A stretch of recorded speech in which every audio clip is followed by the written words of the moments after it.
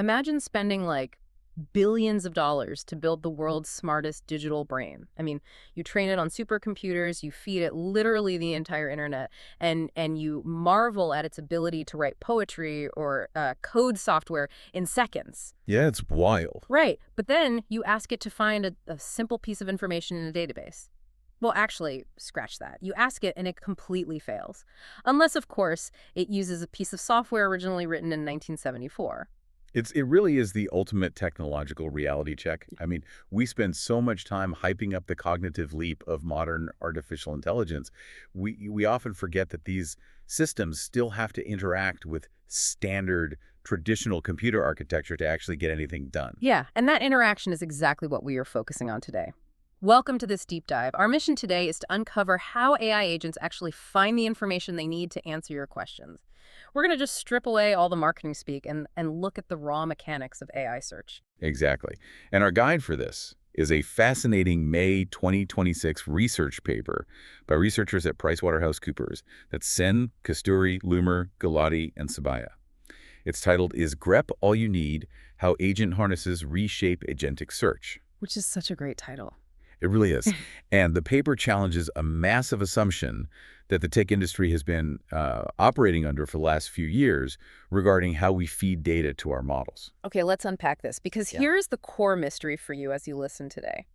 You might assume that modern AI uses the most complex, futuristic, semantic search to understand your prompts. But this paper reveals that sometimes a decades-old, simple text matching tool called Grep completely outperforms it. Yeah, it completely blows it out of the water in some cases. Right, and to really grasp the magnitude of that, I feel like we need to talk about why an AI needs to search for anything in the first place. I mean, don't these models already know everything from their training data? Well, no. They know a lot of general patterns, but they don't have infinite memory. Large language models have what we call a context window, which it acts kind of like their short-term working memory. Okay. So they can't memorize your company's proprietary database or like a 5,000-page legal document. So when you ask them a really highly specific question, they rely on a process called Retrieval-Augmented Generation, or RG. So it's essentially an open book test for the AI. Like, it realizes it doesn't have the answer in its immediate memory, so it goes to the library to look it up. That is a great way to think about it, yeah. In a modern agentic system, the AI has to literally execute a tool call. The tool call. Right, so it writes a search query, it triggers a search tool, waits for the results, reads them, and then tries to figure out the answer. And the AI is essentially choosing between two very different tools to rummage through that data. And this is where the showdown begins. What are the two tools? Let's lay them out. So the industry darling, the default for almost every major AI application today is called vector or semantic search. And this works by using advanced math. It takes your search query, and it takes every single document in your database, and it translates all of the text into high-dimensional numerical vectors. Oh, boy. Yeah, I know. It plots them on a massive mathematical graph using a process called approximate nearest neighbor matching. Okay, I'm going to stop you right there because, I mean, high-dimensional numerical vectors and approximate nearest neighbor matching sound incredibly complicated. How does that actually work in plain English? Fair enough. Think of it like a giant 3D map of meaning. If we translate words into coordinates on this map, the word dog and the word puppy are going to be plotted very close together, right? Because their meanings are related. Makes sense. But the word car is going to be plotted much further away. So when the AI searches for canine, the vector search algorithm looks at that 3D map, finds the coordinate for canine, and grabs all the documents that are clustered nearby in that mathematical space. Oh, I see. So vector search is like asking a librarian to find books about flying animals. The librarian uses their understanding of the concepts to bring you books on birds, bats, and airplanes, even if those specific words weren't in your request because the meaning occupies the same neighborhood. A perfect analogy, yes. Vector search understands paraphrasing and vibes. But the competitor in this paper operates on a completely different philosophy. Right. The researchers tested vector search against lexical search, specifically Grep, which stands for Global Regular Expression Print. Which, I mean, that sounds like something from a very old Unix manual. Because it is. Yeah, it was created in the 1970s. And Grep has zero embedding costs because it doesn't translate anything into math. No 3D math. No 3D map of meaning at all. It uses regular expressions to look for exact, literal sequences of characters. It is completely, ruthlessly literal. Meaning, like, if I ask Grep to find the word pterodactyl and the document only contains the word dinosaur, Grep will just tell me the document is empty. It doesn't care that they are related concepts. No literal character match, no results. Zero results, exactly.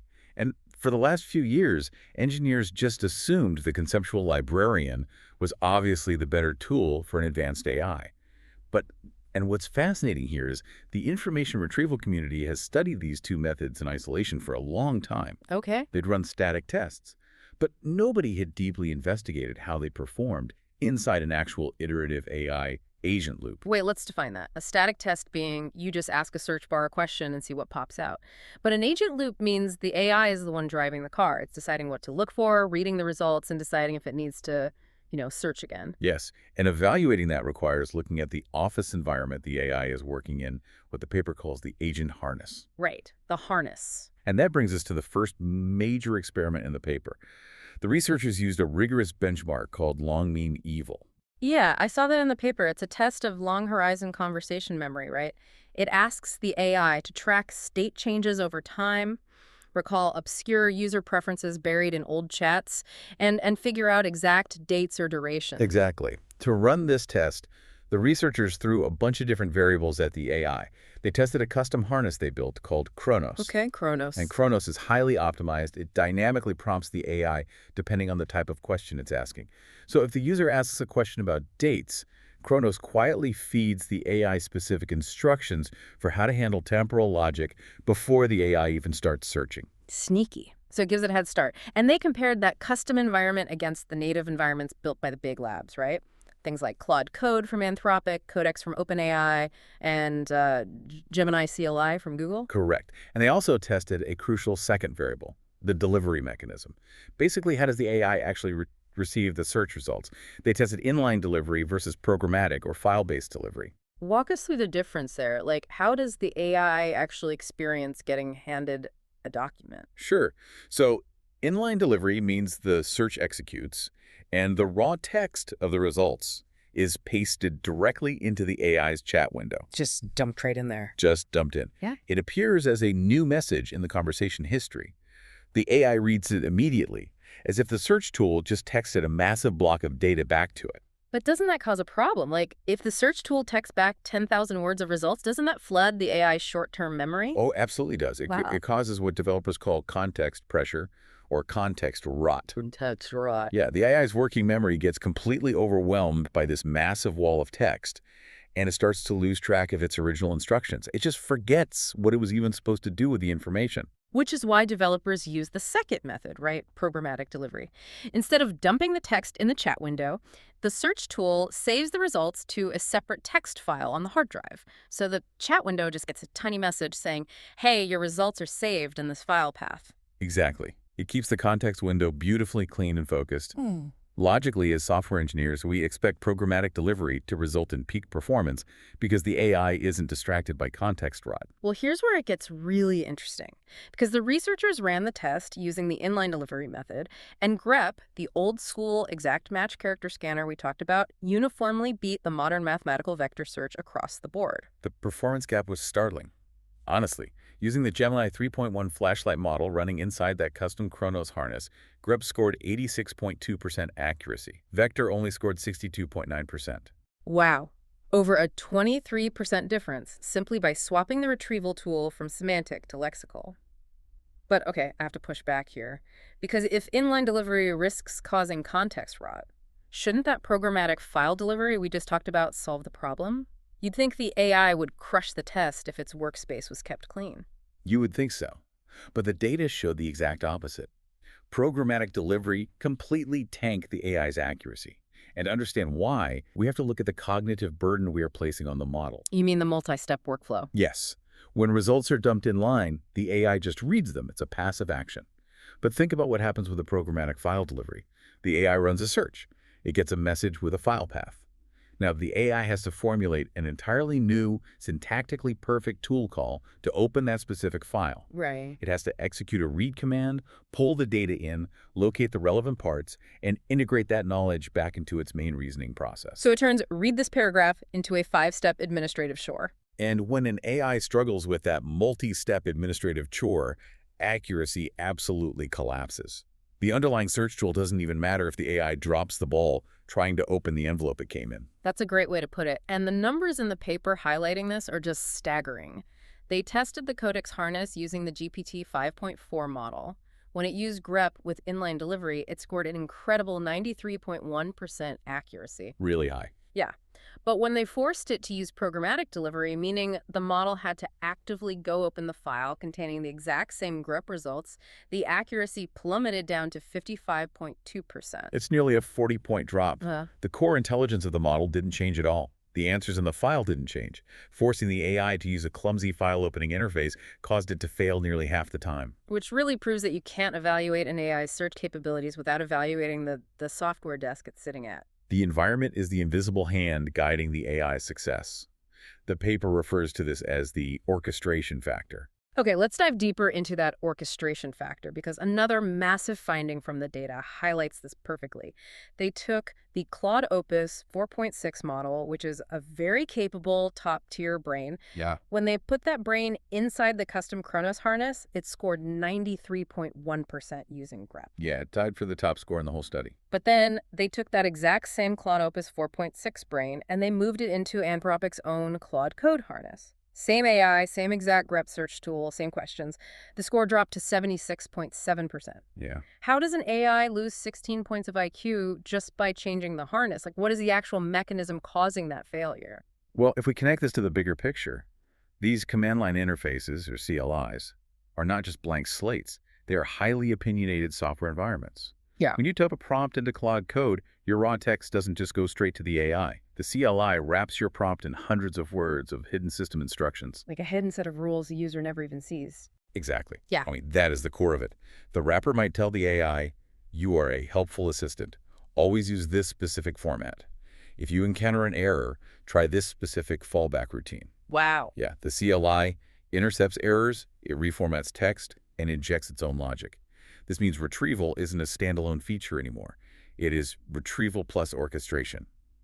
All those hidden defaults and formatting quirks totally change how the AI behaves, often distracting it from the core task. So for you listening, if you are building an AI tool for your business, you can't just slap a vector search module on it and assume it's perfectly optimized. You have to investigate the hidden prompt wrappers and the default behaviors of the harness. The AI is essentially playing a game of telephone with its own operating system. That's spot on. The CLI has a cultural default in how it phrases searches, and the AI inherits all of that baggage, for better or worse. Okay, so we've established that Grep is surprisingly strong in a pristine lab test, and the environment is critical. But let's be real, nobody's company database is a pristine lab environment. The real world is incredibly messy. What happens when you bury the AI in irrelevant, distracting garbage? That is the ultimate stress test. Real-world data is full of noise, outdated documents, and contradictory information. Right. And the researchers simulated this in experiment 2, the context scaling test. They wanted to see if Grep or vector would break down first as the noise increased. Yeah. So they progressively added unrelated conversation history to the search pool. They started with 5 sessions of chat history and then bumped it to 10, then 20, 30, all the way up to 66 sessions for the final full haystack test. The premise was to embed the true answer in an overwhelming amount of distracting material. Both retrievers faced the exact same sampled bundle of distracting chat logs at each level. Now, looking at figure 1 from the paper, the graph tells a wild story. Even at the maximum noise level, the full 66 sessions Grep held its ground, averaging 83.6% accuracy. Vector search, the supposedly superior semantic technology, degraded noticeably, dropping down to an average of 78.4%. Yep. My question is, how? Doesn't the 3D map of meaning we talked about earlier help the AI filter out the garbage? Actually, no. The 3D map of meaning is the exact reason vector search fails in high-noise environments. Vector search is dense and semantic. When you explore a neighborhood in that mathematical space, it tends to pull in what we call topical false friends. Topical false friends, what does that look like in practice? Let's say the AI is trying to find the specific date a user bought a red car. It uses vector search. The semantic math pulls in every document related to vehicles, purchases, and the color red. As irrelevant sessions pile up, the vector search finds 10 different conversations about buying bicycles, painting houses red, or renting cars. They sound related to the prompt conceptually, but they are distractors. It brings back a huge pile of conceptually similar noise, and the AI just gets confused trying to read through it all. But Grep doesn't do that because it doesn't understand concepts. Exactly. Grep is ruthlessly precise. Remember, the long meme evil benchmark tests exact dates, user preferences, specific counts of items. Lexical search doesn't care about the vibe of the sentence. If the AI is smart enough to guess the exact right keyword, like a specific order number, Grep cuts straight through all the semantic noise and finds the literal text. It's like playing Where's Waldo? Vector search is trying to find Waldo by looking for the concept of his outfit, so it gets distracted by every single person on the page wearing a red and white striped shirt because they occupy the same striped coordinate space on the 3D map. It sees the stripes and brings back 100 false matches. But Grep isn't looking at concepts. Grep is scanning the page exclusively for the literal, exact character string of Waldo's glasses. It completely ignores the red and white shirts. That captures the dynamic perfectly. Vector buys you early coverage when the dataset is small and you aren't sure what words the answer might use. But as the dataset scales into a massive, noisy haystack, the exact precision of Grep becomes incredibly stable, assuming the AI knows what string of text to look for. So what does this all mean? We've navigated the deep mechanics of LLM agent testing, but how does this rewrite the rules for the future of AI tools? It demands that we reevaluate our baseline assumptions. The Teng industry's current intuition is essentially, well, it's basically, lexical search is a legacy tool for small tasks, but vector search is required for big data and real intelligence. Right. And this paper proves that intuition is fundamentally flawed, especially when you factor in the capability of the specific AI model you are using. And this raises an important point about the smaller, faster models, right? Because the paper notes that weaker models like Claude Haiku 4.5 struggle mightily with vector search. Why does the math confuse the smaller brains? Well, this raises an important question about how we design these systems, because vector search brings back all those false friends. Using it effectively requires a highly intelligent model. The AI has to look at the search results, realize they are slightly off topic, refine its search query, and try again. The iterative loop. Yeah, iterative query refinement. Weaker models just aren't great at that. They get exhausted or lost in the loop. But if you give a weaker model grep and it manages to guess the right keyword, the literal answer is handed to it without any semantic noise. So default to vector recommendations need to be thrown out. If you are asking an AI to retrieve literal facts like dates, part numbers, specific names from a massive database, the complexity of vector isn't a feature, it's a liability. Old school exact match grep might literally be all you need. We really have to stop viewing these retrieval methods as a hierarchy where vector is always at the top and start viewing them as specialized tools for specific types of cognitive loads. Okay, let's recap the key nuggets for you to take away from this deep dive. First, 1970s character matching can still beat fancy, computationally expensive 3D mathematical semantic search, especially when you need precise facts buried in a noisy dataset. Second, the delivery mechanism matters immensely. Handing information directly to the AI works.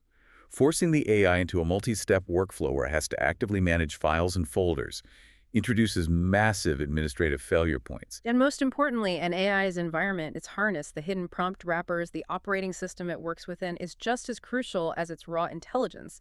I mean, you can take a genius-level AI, put it in a highly opinionated CLI interface, and watch its performance plummet by 16 points simply because it's fighting with its own software wrapper. It really forces us to view the agent, the retrieval tool, and the software environment as one single intertwined system. You just cannot evaluate one without the others. Which leaves us with a final thought to ponder. If an AI's accuracy can swing by nearly 40%, like we saw with GPT 5.4, just by forcing it to open a text file rather than reading a chat message. Wait, let me rephrase that. By forcing it to use a file system instead of a chat, are we currently measuring the actual intelligence of these cutting-edge models?